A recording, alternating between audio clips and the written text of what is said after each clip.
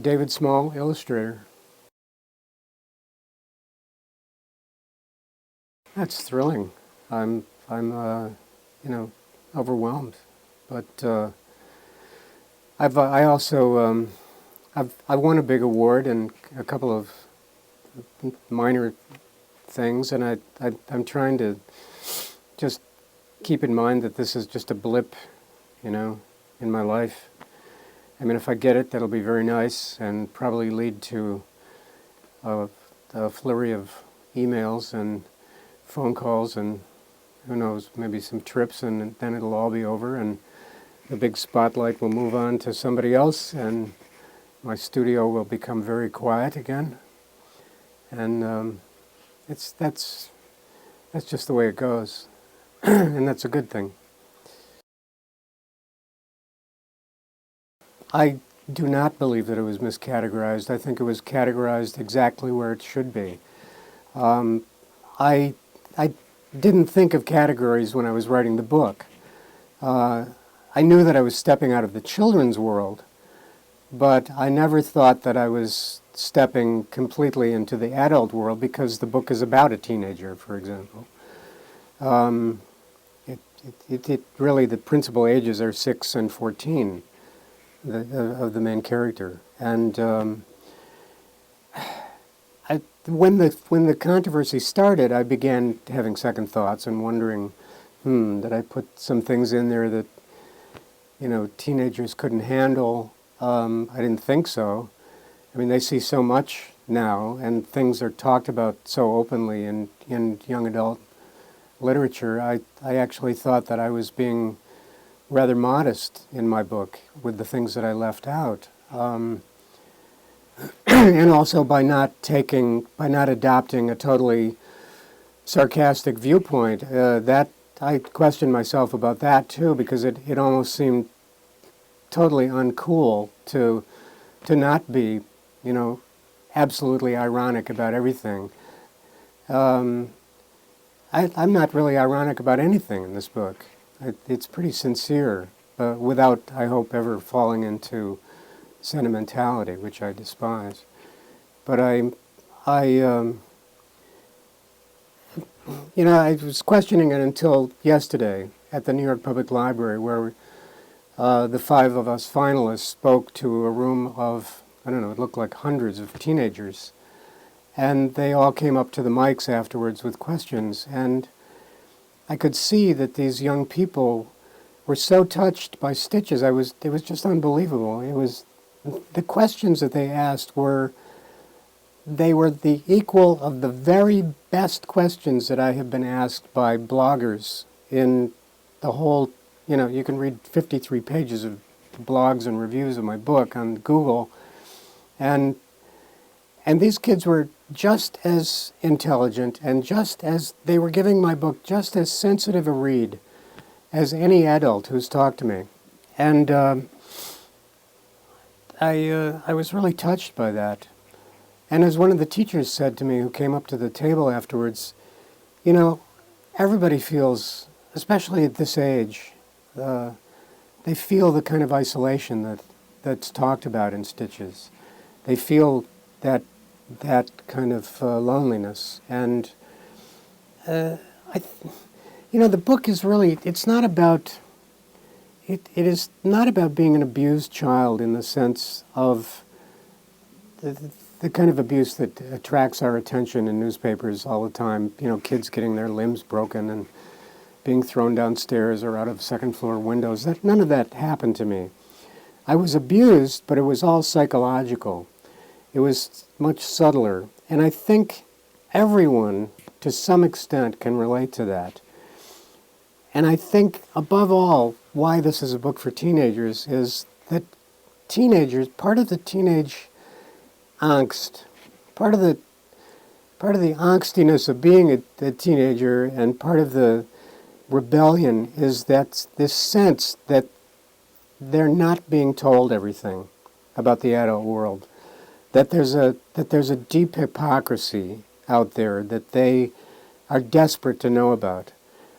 And, teenagers are always sneaking around in drawers where they shouldn't go and reading things they shouldn't be reading. And that's an attempt to try, I think, to penetrate.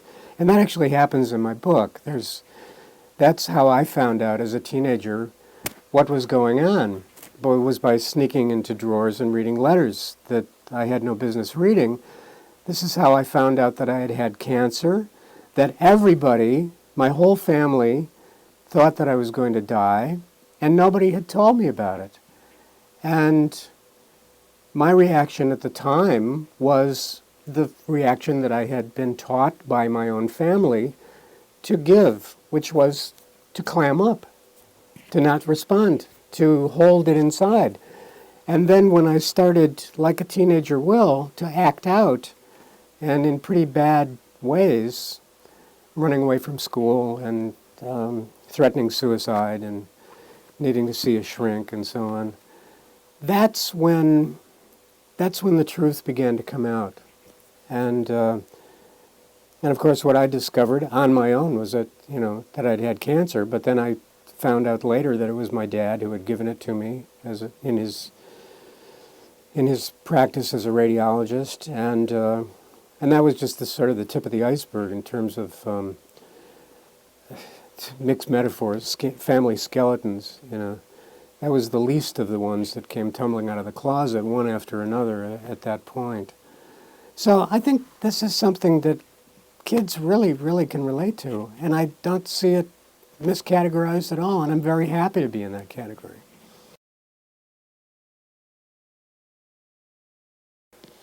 I've been around. I've been in that flurry of whatever terminology, misunderstanding. I'm perfectly fine with the term graphic books. Whether it refers to fiction or memoir or what have you. It doesn't bother me. I'm not a purist about comics or anything like that. Maybe because I never really followed comics and I don't know much about that world. I don't know much about the graphic novel world either. I wasn't a big fan of them until I read some of the European things, and now and then of course somebody started sending me piles of them when they heard that I was working on my own. I started receiving some, but I didn't read any of them until I was finished with my book because I didn't want to be infected or influenced. I especially didn't want to see anything that was really tremendous that would make me feel intimidated. So I guess this is a twisted way of telling you that I really didn't know what I was doing, except telling my story in the best way I thought I could. But I know there's a big insistence on people from the comics world. It's as if they want to get their due finally. They want to be respected, and so they keep insisting that these things be called comics. And if they want to call my book a comic book about my life, that's fine too. I don't care. It is in panels, but I don't use many of the comic book conventions. My influences are more from film. And certain filmmakers. I'm a reader. I'm a great reader. I keep going back though to certain authors. Just like I love film, but I keep going back to certain, just 5 or 6 certain filmmakers. In literature, I like Chekhov, for example. I think he's my favorite. And Flaubert, that kind of concision. But I also like Tolstoy. I love those romances that, weigh 500 pounds and take months and months and months to read. I read the 3 big novels of Thomas Mann in 1 year. That was an interesting project. But I found that, like Chekhov, you have to read him as if he's a short story writer in order to get through those novels. In film, I like the guys that came along in the 60s and early 70s, along from Europe, Buñuel and Polanski and Bergman. Antonioni I didn't like very much when I first saw him, but now later on, realizing that even though I found his movies very boring when I was in college and sort of incomprehensible, or its converse, kind of insult, too easy to understand, going back to them, I have gone back to them recently because I realized that some of his images and sequences were unforgettable. I couldn't get them out of my mind. So it was good to go back as an adult and to see them. And I think certain of his films are just works of genius, some of his early things. And I like the people that those people were influenced by, Wells and Hitchcock. And they, of course, were influenced by silent film, but I don't know much about that medium.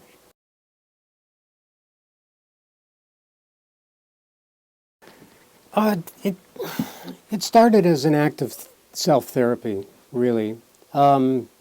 I found that I had reached over half a century of life, and that I was still, in spite of the fact that I have a perfect career doing something I really love to do, a wonderful home, a wonderful, wonderful marriage, friendship, and in spite of all of these things, I was having dreams and sometimes anxieties and exhibiting a kind of erratic behavior that showed quite clearly that I was still, on some level, a troubled lad of 14 or even younger. And I had always wanted to write maybe stories or something relating to some things that had happened to me as a young man, but I never thought there was a full memoir or even a possibility of a book in there. But I did have this need to go back and to see my youth again. What I really wanted was, I really wanted to go back into psychoanalysis. I had a wonderful analyst, he's in the book, for 12 years when I was a young man, but I wouldn't call it deep Freudian analysis because I was so young. My analysis really was going to an office first 5 and then 3 times a week for many years and sitting down with a man who actually was, for me, a perfect parent. Somebody who just allowed me to be myself, who loved me for who I was, and just allowed me, and he really did love me. And I think that's why it was so effective. He really cared for me. And because I had no voice, he had to speak for me.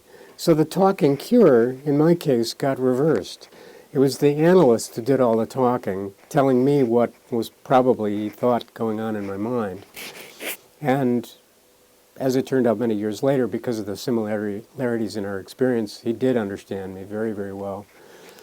But, being able to sit with somebody and who was patient with me and sympathetic and empathetic and who would allow me to act out my fears and so on, and who didn't despise me for it. That's really what saved me as a young man. And I wanted that back. I wanted to do it again. I was, I think, 55, maybe 10 years ago when I first started longing to go back. And I wanted it back fully. I didn't want to just be going to see a therapist. And, I wanted that kind of relationship. But the fact is, I live on the edge of a prairie out in Michigan, in a very rural setting, hundreds and hundreds of miles from that kind of help. I'm not even sure I have health insurance that would cover it. And so I finally realized, after yearning for it for so long, this impossible thing, that if I was going to have it, I was really going to have to give it to myself. And that's what I did. I started sitting down, and first in prose and then later on in pictures, tried to write out what had happened to me as a kid. And I tried to imitate what my old analyst had done for me. I was patient as I worked through all this mess of memories, which of course came back with no, memories aren't chronological. They didn't come back in any logical order. But I just let that happen. I let it flow. If I had dreams that I had, if I suffered from a dream that disturbed me at the time, I would write it down, as I usually do, and try to, and then to draw it out when it started becoming a graphic thing. And so I was trying to be like my doctor. I was trying to be patient and sympathetic, and yet not totally tolerant. You know, there was always an expectation that I would get through this. And then later on, when I had a contract from a publisher, that was another spur to get through it, to get to the end. And that's the way it developed. That's the way it started. It didn't really start as a book. It started as therapy. I think the worst part was when I started drawing things out, they really got real for me. As long as I was doing it in prose, there seemed to be kind of a scrim between me and the experiences that I was remembering. Shadows moving behind an opaque screen. But when I began to draw, especially my mother, when I saw her face on the page and when I realized that I could draw her from any angle and really brought her back with all of her, with that aura that she had, it was as if she was with me again. It was as if I had really brought the ghosts back. And I began to get very, very anxious because even after the age of 50, it was impossible for me to see my mother as a human being. I felt she was a monster, and she had subtly been influencing my behavior and my thoughts and my dreams for so long that she was kind of a monster. She was a demon. And when I brought her back to life, I could feel that malevolent presence around me again, that woman who was totally incapable of giving nurturing to anybody. And her selfishness and her withdrawn indifference to everything but her own needs. And I began feeling these feelings of anxiety that I used to have when she was alive, and especially when I was a teenager. And one night my wife and I were out at a restaurant, and I was leaning on my face like this, or on my neck, and I suddenly could feel this lump swelling up under my fingers. And I thought at first that it was just some sort of physical hallucination, until I looked at my wife, and she had just gone white. She reached across the table and took my wrist, and she said, "Darling, what's wrong?" And I said, "I don't know." And she thrust a glass of wine into my hands and said, "Drink this." And I drank it, and it calmed me down a little bit, but I could actually feel that this lump was there. It was hard, and it was big and growing.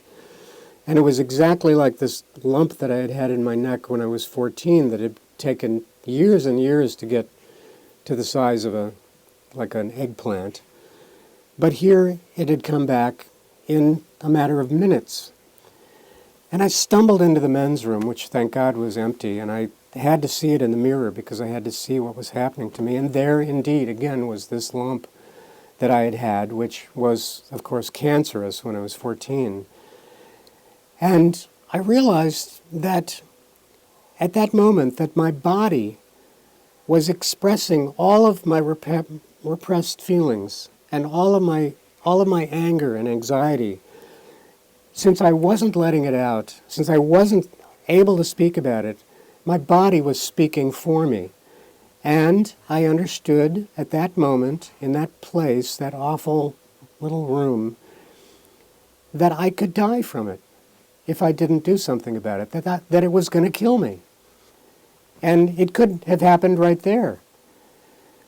And so I just took some deep breaths and I said, this is not where I'm going to die, and this is not the end. And I'm going to do something about this. And it was that moment that I resolved to seriously get to work on this book. And the lump, of course, turned out to be a swollen gland. It went right down that same hour. It just went away. It just disappeared. Absolutely. Yeah, no doubt about it. And that, that humanization and that coming to understand somebody as a human being is about as good a kind of forgiveness as you can get, I think. I don't like my parents. I never will. I didn't cry at either of their funerals. I haven't missed them for 5 seconds. I didn't, our characters were so at odds with one another right from the beginning. But I do understand them now as human beings, with the understanding of an adult. As a man, I can now, having seen them again and brought them back, having, furnished the rooms and let the ghosts come in and act their little plays again, I've been able to see them and understand their impulses, their fears of having no money, in the case of my mother. That's an adult thing. Or hidden sexuality, sexual impulses that you don't want to bring up. That's an adult thing. Children don't understand this. As a 6-year-old and my brother, we just, the two of us could not understand what was going on in our household. And I don't think any kid really can until they're adults. There are just certain things you can't talk about with kids. I just totally do not believe in this kind of Bart Simpson character who infects so much of our literature and film and TV stuff nowadays. These know-it-all kids who seem to understand the hypocrisy of the adult world so thoroughly and can talk about it with such articulateness. That's bunk. Kids are kids. They're innocents. They really are. For a long time, no matter what they see, no matter what they're exposed to, they can't get it until they have developed enough.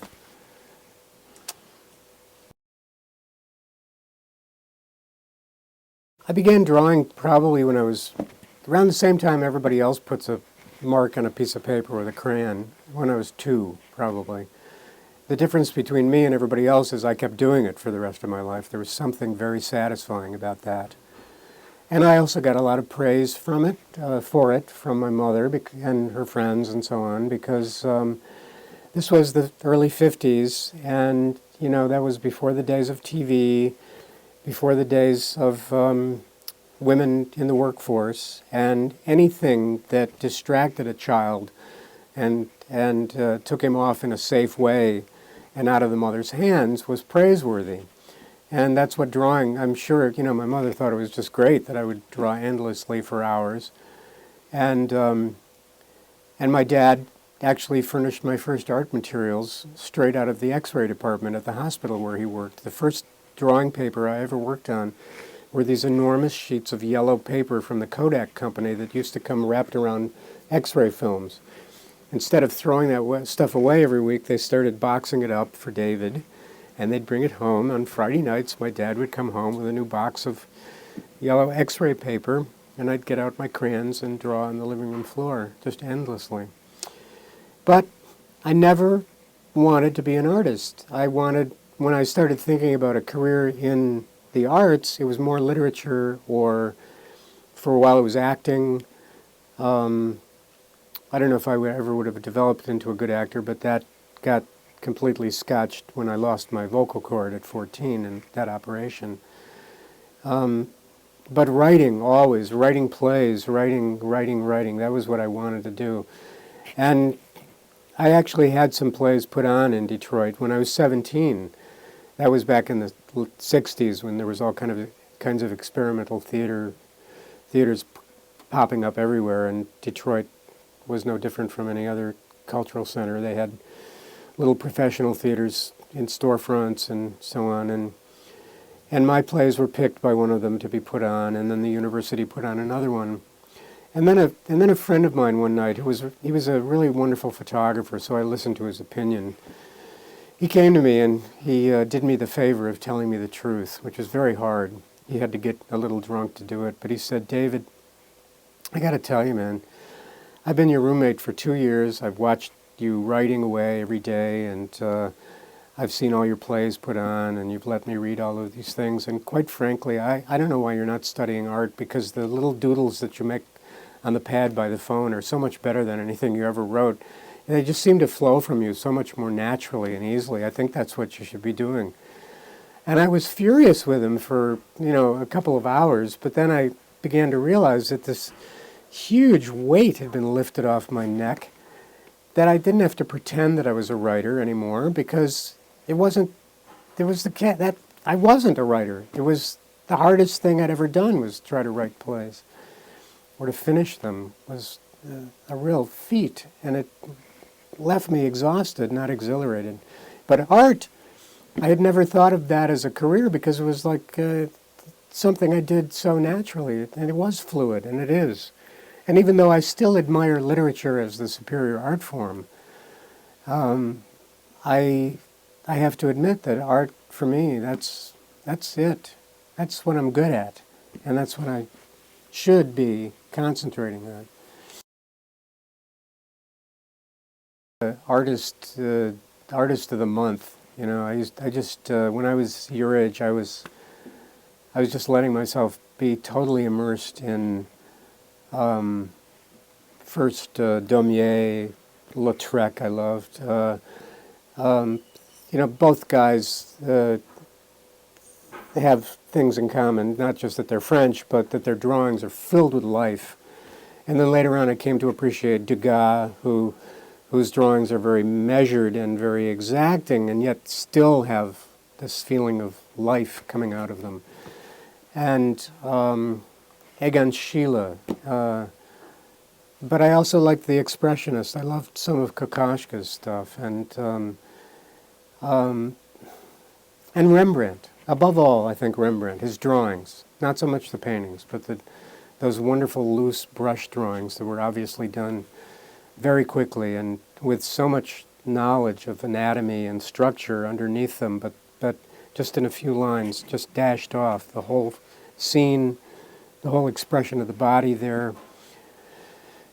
And then, that plus studying anatomy when I got into college, things like anatomy and drawing and design and color had pretty much been drop-kicked out of the curriculum in the 70s when I was studying art in favor of abstraction and minimalism. People had basically thrown up their hands with storytelling in art in those days and said, art is pointless, so let's just make it a skin of paint on the canvas and do that in a pretty way. And here I wanted to learn to draw the figure from any angle, in any position, from memory. And so I studied that, and thank God found a few teachers who were still interested in teaching it, both at Wayne State in Detroit, where I did my undergraduate work, and at Yale in the grad school there. But then later on, as a teacher, I continued. I taught anatomy. I chose to teach anatomy, which nobody wanted to study. But I wanted to teach it because, A, I was enthusiastic about it, and I knew that I could make some kids interested in it, and I did. But B, I wanted to learn more about it. And, so I was always a couple steps ahead of my class. And it was good. It was worthwhile. Oh, I do keep up at night. I try not to let my mind go to extremes in the middle of the night, because it'd be better to turn all that stuff into dreams. It'd be better if I was sleeping, because dreams become good metaphors for what's really going on inside of you. But I come from a family of. My mother worried about money all the time, and I think her being a depression child was part of that. But that vision of hers of always ending up in the poorhouse, or her kind of she never talked about it, but I'm sure she had apocalyptic, personal visions of poverty and destitution that have infected me, and my brother has the same anxieties. And they're silly, really, but that's part of the family tradition, and it's something I would hope to break sometime in my life, but I don't know if it's ever going to go away. I worry about money, I worry about security, and nowadays it's really easy to fret about that sort of thing. I try not to watch the news too much because that just aggravates the anxiety.